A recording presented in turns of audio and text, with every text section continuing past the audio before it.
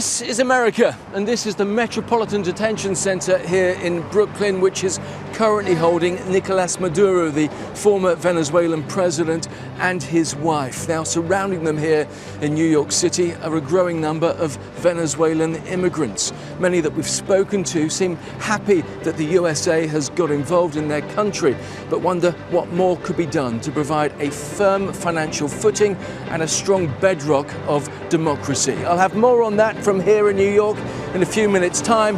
First, though, let's go to Washington, D.C. and Alex Marquardt. Thank you, Richard. After U.S. forces swept into Caracas and captured Nicolás Maduro in January, the Trump administration laid out a three-phase strategy for Venezuela: stabilization, economic recovery, and ultimately democratic transition. President Donald Trump has boasted about the billions in oil revenue that has been earned, but it's unclear where all of that money has gone. 7 months on from Maduro's ouster, for the first time, Venezuela's interim government and opposition have held their first U.S.-backed talks with the aim of eventually holding new elections. How much of Venezuela's political future can Washington really control? Let's get back to Richard Gaisford in New York. In the early hours of January 3rd, U.S. forces began their assault on the Venezuelan capital. At my direction, the strikes were launched from a fleet of U.S. warships that had been massing for months in the region. The stated aims: to capture President Nicolás Maduro, protect Americans from drugs trafficking, and achieve peace, liberty, and justice for the great people of Venezuela.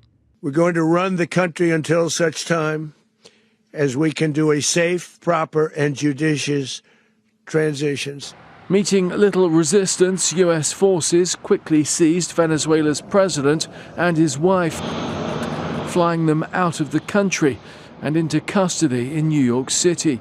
Nicolás Maduro was then taken to court, accused of using government power to protect and promote illegal activity, including drug trafficking. Not surprisingly, Venezuela's ruling party wasn't happy. We have to go together as Venezuelans to defend sovereignty, independence, territorial integrity, and also defend our dignity and our honor. The US chose to keep Delcy Rodriguez in power instead of handing it to opposition leader Maria Corina Machado, seen here gifting Donald Trump her Nobel Peace Prize. I didn't say then give it to me, though. I couldn't say. It's long been thought Machado's party had won the 2024 Venezuelan general election, but Maduro declared victory. She remains in exile in Washington, D.C., as the U.S. administration holds talks between the current government and a different opposition group. At his Venezuelan restaurant in Brooklyn, New York, Ivo celebrated Maduro's demise, and then the death threats came. You can't really celebrate it. You can't really be happy because then you have retaliation from the government. Until we can really remove all of it, we won't really be happy, and the people of Venezuela won't be able to breathe. The devastating earthquakes in Venezuela in late June destroyed more than just buildings. They've severely disrupted and complicated plans for economic recovery. The cost of humanitarian aid and reconstruction is now an added barrier on top of rebuilding Venezuela's institutions. Back in Brooklyn, the Venezuelan community was gathering aid for those in need. Chef Alejandra watching and helping from afar, hoping for change in her mother country. It's definitely some sadness. There's a lot of struggle that we've been facing for years, and now it just got worse. We're working on building from a new base. So I think it can be better than what it was. And do you think there will be a point when Venezuela stands by itself without the USA? I'm hopeful. I would like to see it. The US has prioritized the flow of oil before new elections, aiming to get the country back on its feet financially before allowing Venezuelans a vote on its future. Change can't come quickly enough, especially for hundreds of Venezuelan political prisoners. despite US pressure for the government to let people go. Amnesty International says at least 485 remain arbitrarily detained. Richard Gaisford, Al Jazeera, New York City. And Richard joins us now from New York. So, Richard, what comes next for Nicolás Maduro? Well, we're not expecting a full trial, Alex, until at least the summer of next year, which means more time inside this place for Nicolás Maduro and his wife Celia Flores. It's the Brooklyn Metropolitan Detention Center. It's where they've been kept apart, but effectively living now since January the 5th, since they were first arraigned on those charges, which included conspiracy for narco-terrorism, conspiring to supply cocaine, weapons charges, all of which they pleaded not guilty to. Now, interestingly, this whole case is being overseen by a 92-year-old judge. His name is Alvin Hellerstein. And back in March, the defense asked him to strike everything out. They said they couldn't get paid. Legal fees weren't being paid because of sanctions on Venezuela. In April, that situation was resolved. They had another hearing in July, and they have set a full trial date for the 1st of June. But that could well be moved, and we could get even more legal wrangling between now and then as more evidence comes through, and we fully expect the defense to make moves to strike out some, if not all, of these indictments. All of this happening whilst the politicians are also wrangling, and you've got those economic moves as well. All right, our thanks to Richard Gaisford in Brooklyn. Joining us now to discuss is Henry Ziemer. He's a fellow with the Americas program at the Center for Strategic and International Studies, as well as Ian Vasquez, the Vice President for International Studies at the Cato Institute. Henry, Ian, thank you both for being with me. Ian, I want to start with you. It has been just over 7 months since Maduro was removed. Give us a status check, if you will. How has Venezuela fared since Maduro was removed by the U.S.? Well, when he was removed, there was a lot of hope that things would change, that democracy would finally come to Venezuela, that the dictatorship would be actually replaced, and that the country would be put on a path toward prosperity. But that has not happened, at least not yet. And is that because it's early days? I think that what we're beginning to see is that there are real problems with the whole strategy that the administration has imposed there, which is to stabilize things first, then get economic recovery, and then, with something that they've delayed for a long time, the actual transition. We have not even seen a date set yet for elections, and so you can forgive Venezuelans for becoming frustrated with a process that, in practice, is giving a lot of support to a dictatorship which they revile. All the while, they are seeing the economy deteriorate, and they're not seeing real benefits other than some things have improved. Some prisoners have been released. There has been some reform of the oil sector, which is good. But under these conditions, where a dictatorship that has proven itself to be corrupt and that has driven that country into the ground, you cannot expect that an economic recovery can take place. And so it seems to me that the process, the order of things have gotten it, the administration has gotten it backwards. And as far as that's concerned, the actual negotiations for a democratic transition have real problems in and of themselves that seem to give the dictatorship an advantage. I do want to get into a lot of what you just mentioned because there are a lot of moving parts. One of the biggest surprises, Henry, was after Maduro was deposed and taken to New York, his deputy, Delcy Rodriguez, was installed by the United States. So as we stand here 7 months later, who's calling the shots? What is the breakdown in terms of who is guiding things between the Trump administration and Rodriguez?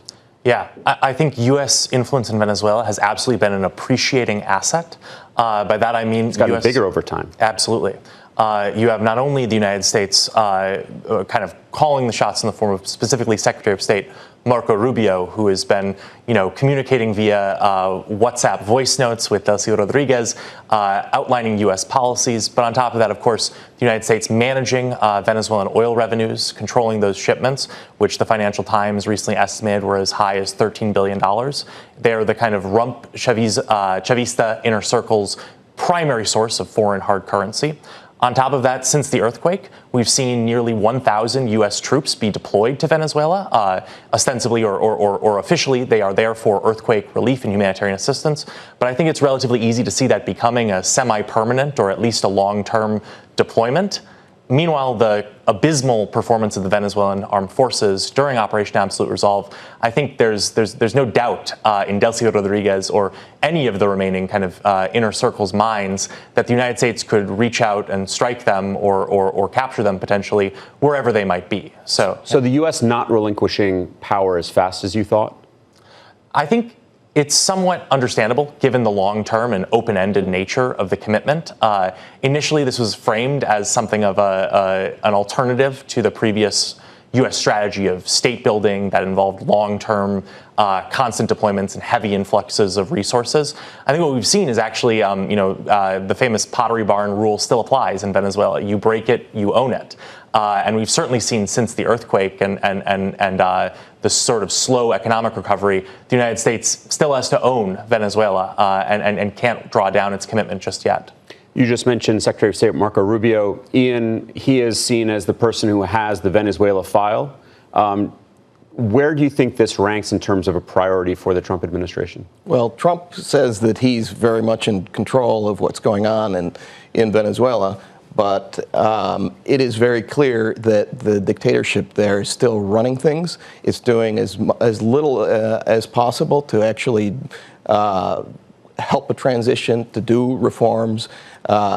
They were supposed to release political prisoners, and they did, some, but still some close to 400 are still behind bars. There's still around 400% inflation. They're not doing anything to fix that.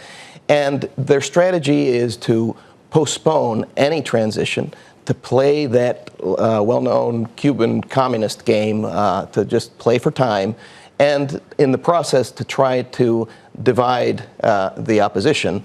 And it seems to me that the administration in practice is being way too cautious in the process, and they're not actually promoting the people who are the legitimate opposition. And in the process, I think that the United States can very well be squandering a golden opportunity to have a free, democratic society. According to Amnesty International, on those prisoners, they put the number at closer to 500. These are political prisoners that apparently the U.S. has put some pressure on Venezuela to release. But does that show the extent of American power if they can't just tell Rodriguez to let these folks out of jail? I think it does. If the United States is actually running things, then they should do that. It also shows the commitment that the regime has to actual democracy and to an actual democratic transition. The United States has not even allowed Maria Corina Machado, the leader of the opposition, to go back to Venezuela because the dictatorship doesn't want it. In fact, the so-called amnesty that led to the release of some of these prisoners, but not all of them, did not even include the leader of the opposition. That tells you a lot about the seriousness with which the regime is taking into account the United States' wishes. We obviously saw Maria Corina Machado in the Oval Office giving President Trump her Nobel Peace Prize.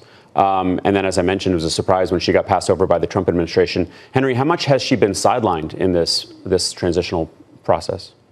Yeah, I think it's quite telling that the ongoing talks between the opposition and the regime have not featured Maria Corina Machado, instead including Dina Figueroa, the interim speaker of the National Assembly, who has been out of country for far longer than Maria Corina, but are not including, the most popular politician in Venezuela right now. If you look at, it's often unreliable, but any polling data worth its salt in Venezuela consistently lists Maria Corina Machado as the most popular and legitimate leader. We should not forget that her campaign and Edmundo Gonzalez won the 2024 presidential election in a landslide, and I think it's a black spot on the credibility of this negotiation that she has not been more fulsomely included.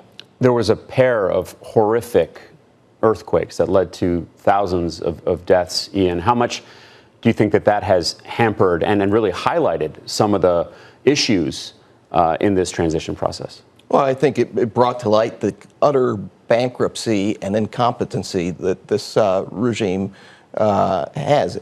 It was not able to address any of the needs of the population in the aftermath of the earthquake. People had to rescue their family members and so on by themselves without any help for days from the regime. And it highlighted once again the moral bankruptcy, not just the financial bankruptcy of this regime, and just made it more urgent in the minds of Venezuelans that this regime has to go. And it doesn't help the United States image for the President of the United States and for the main representative of the United States in Caracas to go around saying that they're doing a wonderful job when this regime, it isn't just disliked, it is reviled for all of the right reasons. And to have the United States showcase them as reliable and ideal partners really undermines the process that the United States has put in place. And you can forgive Venezuelans for losing faith in this whole transition that is beginning. We should say that the people who are in the opposition that the United States has chosen to work with and to sideline Maria Corina Machado in the process are not even well known in Venezuela. Mm-hmm. And they represent parties that aren't well regarded among the Venezuelan population. So there's real issues of legitimacy that, once again, favor the regime. I want to take a step back for just one moment and highlight how we got to this point, because Venezuela is no stranger to political turmoil. They have endured military rebellions and disorder, even as competitive elections were still held. In 1958, there were the first multi-party polls of the modern era, and Venezuela was once considered a relative success story in democracy compared to some of its neighbors. That, however, would not last. In 1992, a Venezuelan military officer named Hugo Chavez helped lead two failed coups against the government in Caracas. In 1998, Chavez took office as a populist president through an election, distributing the country's oil wealth to the public and his political allies. He was a sharp critic of U.S. foreign policy, particularly during the war in Iraq. When Chavez died in 2013, his deputy, Nicolás Maduro, took his place. Now, critics say that he intensified the consolidation of power around the presidency that Chavez had begun. Venezuela's recent economic struggles began in 2014 when the price of oil dropped and then intensified under U.S. sanctions aimed at the Maduro regime. By 2019, hyperinflation had soared into millions of percent, deepening poverty and forcing nearly 8 million people to flee the country. After U.S. forces arrested Maduro, along with his wife, in January of this year, the country's future remains uncertain, to say the least.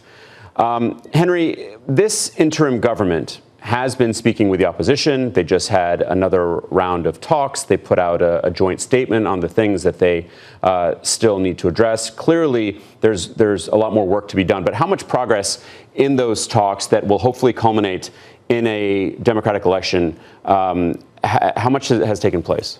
Yeah, I think what's important to remember is that we've been here before. Since 2017, the regime, which is still largely intact, has been holding various off-and-on talks with the opposition around the idea of freer or fairer elections, including in 2024. And every time it has used these talks as an excuse to stall for time, to play for space, and to show a modicum of goodwill that it can leverage into more economic gains. I think Ian did an excellent job of outlining that their theory of victory right now is basically to wait the United States out and hope for some change in domestic politics that means Washington is less able to pressure Delcy Rodriguez and she can continue as a consolidated autocrat.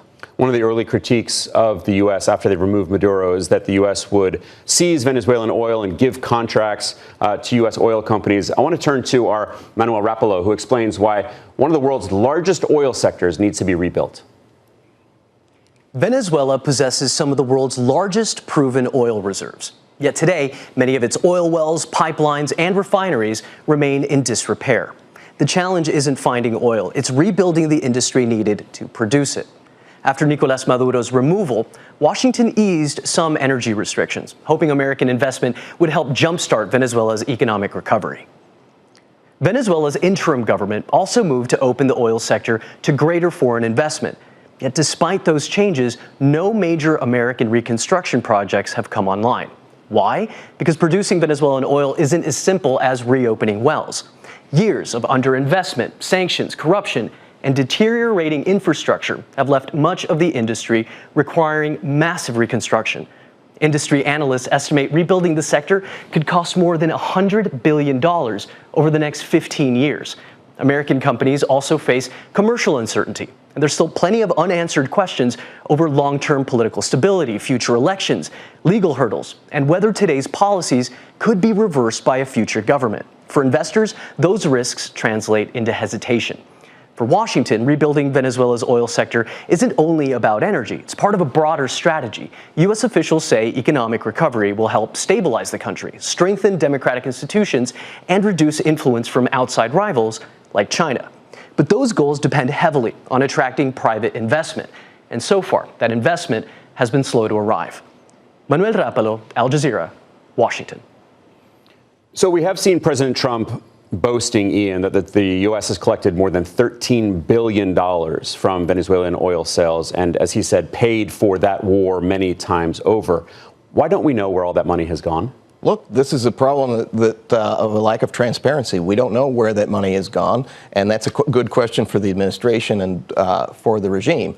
But what we do know is that there hasn't been very much investment in this industry at all, and the reason is, as long as you have a socialist regime in place, you're not going to have the rule of law or the conditions for massive investments. Mary O'Grady at the Wall Street Journal the other day reported that there are only 2 oil rigs operating in the entire country, the same as a year ago. So there hasn't been any progress, and that is not surprising. Unless and until you get a democratic transition and rules are being made under legitimate governments, you're not going to get an economic recovery. The U.S. has claimed that they have given billions of that revenue back to the Venezuelans. They have not put a number on it, and they certainly have not been transparent. And we have heard some complaints from Venezuelan officials. Henry, what more would you like to see from the U.S. economically to stabilize this country? Sure. So I think I want to be very clear first that the only investment guarantees or legal system that matters right now is the policy being set in Washington. U.S. companies, I think, have, and any foreign investors have little to no confidence that the patina of legitimacy or investment stability offered by Venezuela's rubber stamp National Assembly can secure their investments. Their only hope is to go to the United States and hope that the U.S. can apply strategic pressure on Delcy Rodriguez and her lieutenants to ensure that their assets won't be expropriated, that their engineers won't be jailed, and that this won't that their investments won't be lost. So the more the United States can accelerate the progress towards a genuine democratic transition that will rebuild institutions and truly restore confidence, that's what's going to be necessary in the long term. Where is China in all this? Obviously, they've made great inroads into South America, Latin America. Ian, are they taking advantage of any of this instability? I think that China knows that the United States is interested in this hemisphere now, and it makes sense. The U.S. is a great power. It's going to take care to secure its zone of influence, and that's partially what's going on there. And I think that it's made a lot of bad investments, including in other parts of Latin America, but it is aware that it can't be doing missteps in terms of security in the hemisphere if it ever was considering that. And I think that there may even be a tacit understanding between Beijing and the Trump administration about how Washington pays attention to China's interests in its own region. The president and the administration have made a big deal about the so-called Donroe Doctrine, essentially reasserting American control over much of the Western Hemisphere. Henry, do you think that we're going to look back on Venezuela and the removal of Maduro as a jumping-off point for greater U.S. control? Of course, in the back of my mind, all of us are thinking about Cuba. Of course. I think that what Venezuela signaled was that the United States, that military intervention by the United States was back on the table after roughly 3 decades where the United States has actually pursued a policy of non-intervention and almost reconciliation following a lot of the Cold War great power competition. Certainly, Venezuela has made me more credulous when the president says that something is going to happen in Cuba. I'm also thinking down the line to Nicaragua, which is another leftist authoritarian regime that we have seen the Trump administration applying a little bit more sanctions pressure on, but could certainly expect to see an escalation in the coming months or years. Ian, do you see this unfolding elsewhere besides Cuba? I think quite possibly so. Nicaragua would be the most obvious candidate, but the United States has a long history of intervening militarily in the region, and usually it hasn't worked out very well. Does Nicaragua really pose a security threat to the United States?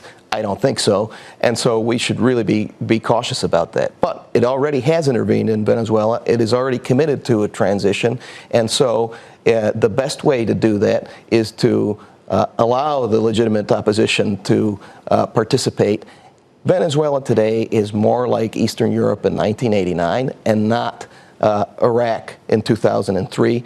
But that's the way that this administration is dealing with it. It would be much better for the administration to lower its participation and allow Venezuelans to work out their own destiny by allowing a greater participation of Maria Corina Machado and her opposition. And certainly many Venezuelans would agree with you, and clearly a lot more work to be done.